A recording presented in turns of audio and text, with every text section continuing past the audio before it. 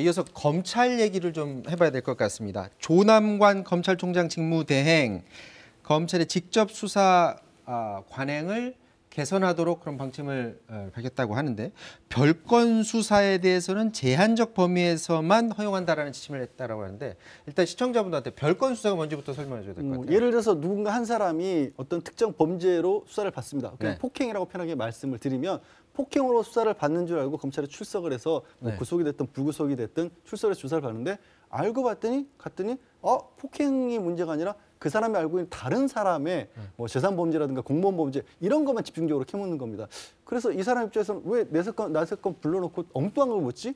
혹은 그 사람에 대해서도 이 폭행으로 조사를 시작했지만 이른바 먼지털이라고 하죠. 집 주변 압수수색을 통해서 그 사람이 가지고 있는 다른 범죄 해무점들은 없는지를 굉장히 낱낱이 살피는 거죠.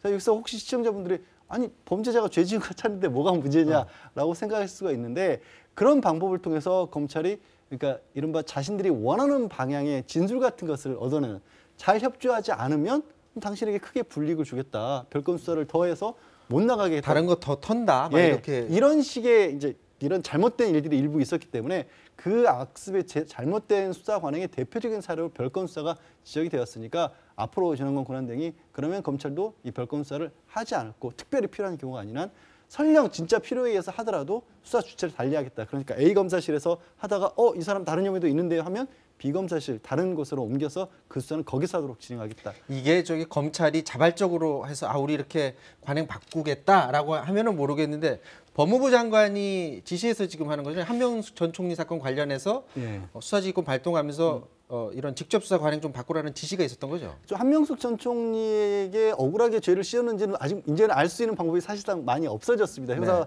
재판에 넘어가지 않기 때문에. 하지만 그 과정에서 이것도 아직까지는 의혹 단계라고 하지만 이 법무부 장관이 그리고 감찰 과정에서 드러난 부분을 보니까 그 별건 수사라는 걸 이용을 해서 이미 구치소에 다른 범죄로 들어와 있었던 수감 중의 재소자들에게 한 전 총리에게 불리한 증언들, 진술들을 얻어낸 게 아니냐라는 그런 부분이 일정 부분 보였다는 거죠. 재소자들에게 그 재소자를 수사하지도 않는 다른 검사실에 불러서 출정 기록이 남아 있으니까, 그리고 그 사람들에게 뭔가 편의를 제공하기도 하고, 혹은 그 사람들에게 불리한 어떤 상황들 얘기를 하기도 하고, 그런 부분들이 결국에는 이건 검찰의 잘못된 수사고 바꿔야겠다라는 감찰 지시가 내려온 이유가 됐고, 거기에 맞서서 이제 조남관 권한대행도 그렇다면 검찰도 가장 대표적으로 꼽히는 별건 수사를 하지 않겠습니다라고 이제 계획을 밝힌 거죠. 이 모해 위증 교사 의혹 사건 자체는 이제 불기소로 끝나긴 했지만, 사실 관심은 앞으로 또 합동 감찰하겠다라는 거 아니에요? 이제 뭘 합동 감찰하는 겁니까? 지금 말씀드린 것처럼 이제 공소시효가 다 지났기 때문에 모해 위증 그 자체도 처벌을 못 하고, 모해 위증을 처벌을 못하면 모해 위증을 그러니까 검사가 그걸 시켰다고 할지라도 그 부분도 더 이상 수사나 재판이 불가능해지지 않습니까? 그렇다고 해서 그러니까 이거는 뭐 형사 재판을 못할 뿐만 아니라 이미 징계도 시효가 지났지만 그게 아주 옛날 일도 아닙니다. 불과 한 10여 년 전의 일이 있고, 혹시 그와 관련돼서 여전히 검찰에서도 잘못된 관행들이 유지된 부분이 있다라면 그 부분은 명백하게 밝혀야 됐다라는 게 박범계 장관의 어떻게 입장으로 보입니다. 그래서 그걸 밝혀서 누구를 어떻게 하겠다 이런 게 아니라, 그게 반복돼서는 되지 않느냐, 절차적으로 문제가 있지 않느냐, 대표적으로 조금 전까지 말씀드렸던 별건 수사 같은 것들도 없어져야 한다. 그리고 그걸 위해서 그때 있었던 일들을 정확하게 밝히겠다는 거죠. 지금 이문정 대검 감찰 정책 연구관이 합동 감찰팀에 들어가는지 안 들어가는지 그거는 지금 정해진 게 아닌 거죠? 사실 뺄 이유가 없다라고 대검 감찰부에서는 밝히고 있는 거죠. 근데 왜 그러냐면 이인 검사에 대해서 논란이 불거진 이유는 시민단체에서 임 검사가 직접 본인이 가지고 있던 수사권을 윤석열 검찰총장으로부터 수사 배제를 됐다라는 것을 SNS 통해서 올렸고, 이게 공무상 비밀에 해당하는데 이걸 누설했다고 고발한 겁니다. 고발이 된 당사자예요? 고발 당사자니까 그러면 여기서 빠져라라는 그런 논리이긴 한데, 좀 빈약해 보이는 게, 일단 그게 공무상 비밀이라고 보기가 어려운 부분이 있고, 그다음에 이문정 검사가 한명숙 전 총리와 관련된 부분을 감찰하고 조사하고 있었다는 것은 다 공지의 사실이었잖아요.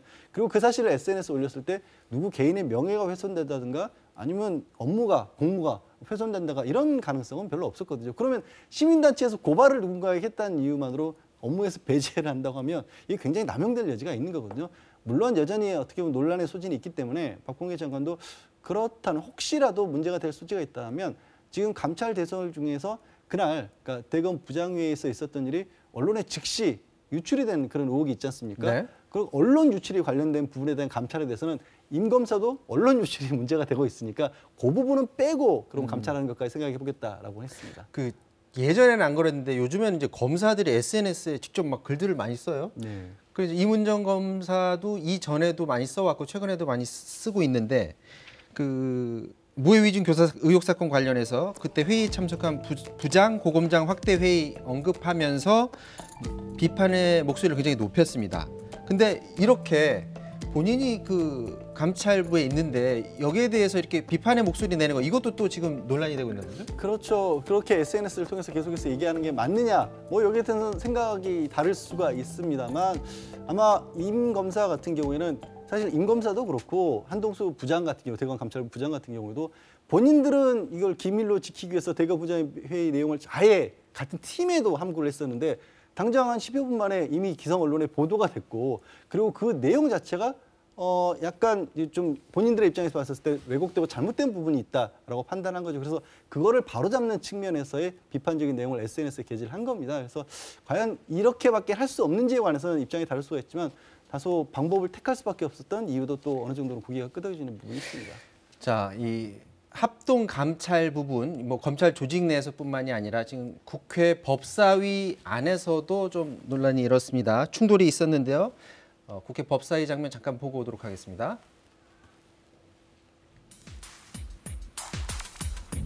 하시죠. 좀 민망하지 않으세요? 네? 국민들한테 물어보세요. 아무리 장관께서 우겨도 국민들은 한명숙 구하기로밖에 안 보여요. 진영을 위해서 그렇게 한 것은 아닙니다. 그건. 대법원 판결을 대한민국 법무부 장관이 뒤집기를 시도하고 있어요. 뭘 근거로? 사기꾼의 진술을 근거로. 법무부 장관님, 이게 나라입니까? 그렇게 할 일이 없어요? 틀린 얘기입니다, 의원님. 그러면 대법원 판결이 틀린 거예요? 모해 위증이 성립된다고 하더라도 그것이 재심 사유가 될 수 없다는 것은 의원님도 잘 아시는데 제가 뭘 뒤집기를 합니까? 자, 제 수사 지휘에도 자, 있지 않은 봅시다. 내용을 그래서 이 부분을 그렇게 지적한 한 부분을 제가 것만으로 묻겠습니다. 이문정이라는 검사가 사실상 해왔던 수사 감찰을 지휘에서는 무력화하는 조치였습니다. 민주당 의원들 염치가 있으면 조용해요. 장관님은 판사 경력도 짧을 뿐만 아니라 수사에 대해서 인천에서 잘 모르시는 모양인데 제가 자, 지난번에도 짧고 길고가 도대체 무슨 관계가 있습니까? 지난번에도 개인의 인격에 대한 모독 행위라고 봅니다. 인격과 능력을 구분을 못해요? 판사 경력이 짧다는 게 그게 인격 문제예요? 그러니까 더 모욕적이죠. 판사 경력이 짧아서 능력이 없다뇨. 그럼 법조 출신만 능력이 있는 겁니까? 자, 합동 감찰 지시를 두고 국민의힘에서는 지금 결국에는 한명숙 전 총리 구해주려고 저러는 것 아니냐라고 지금 주장을 하는 거고 박범계 장관은 무슨 소리냐 이거는 검찰의 잘못된 수사 관행 바로잡기 위해서 문제가 있는지 없는지 한번 들여다보는 거다. 검찰 개혁에다 지금 맞서고 있는 거잖아요. 네, 근데 이게 사실 뭐 이 사안 자체가 정치적으로 대립할 수밖에 없다는 부분은 인정을 하지만 이거를 둘러싸고 이걸 풀어나가는 방법 자체는 법적인 면에 저는 강조가 됐으면 좋겠습니다. 근데 한명숙 전 총리를 구하기라는 게 어떤 의미인지를 잘 법적으로는 와닿지가 않는 게 말씀드린 것처럼 공소시효가 완성이 돼서 더 이상 수사도 재판도 불가능해졌습니다. 그리고 당시에 수사팀에 대한 감찰을 한다고 해서 징계할 수 있는 것도 아니고요. 한명숙 전 총리 판결이 확정됐기 때문에 지금 본인이 받게 되고 있는 예를 들어서 뭐 추징금이나 이런 것에 대한 불이익 같은 거 하나도 바꿀 수 있는 상황이 아니에요. 그렇다고 해서 고령인 한 전 총리가 뭐 명예회복을 통해서 정치권에 지금 당장 들어오기 위해서 그걸 구하기를 할 수 있는 상황도 아니지 않습니까? 그래서 법적으로 따져봤었을 때 박범계 장관은 그때 당시에 수사팀의 수사 과정에서 드러난 문제점들이 있고 그렇게 보이는 문제점들이 있고 또 이후에 본인이 수사 지휘를 했는데도 불구하고 법무부 장관의 지휘에도 불구하고 대검에서 부장회의를 통해서 제대로 이행되지 않았던 부분들이 있기 때문에 그런 부분들은 개선이 돼야 하는 거 아니냐라는 얘기를 하고 있는 거죠. 자, 합동 감찰하게 되면 어느 정도 범위에서 하는 건지 그리고 얼마나 과연 감찰을 통해서 알아낼 수 있을지 그 부분이 굉장히 궁금해지는 대목인 것 같습니다. 여기까지 하도록 하겠습니다. 지금까지 양지열 변호사와 말씀 나눴습니다. 고맙습니다. 고맙습니다. 네, 사사건건 마치겠습니다. 고맙습니다.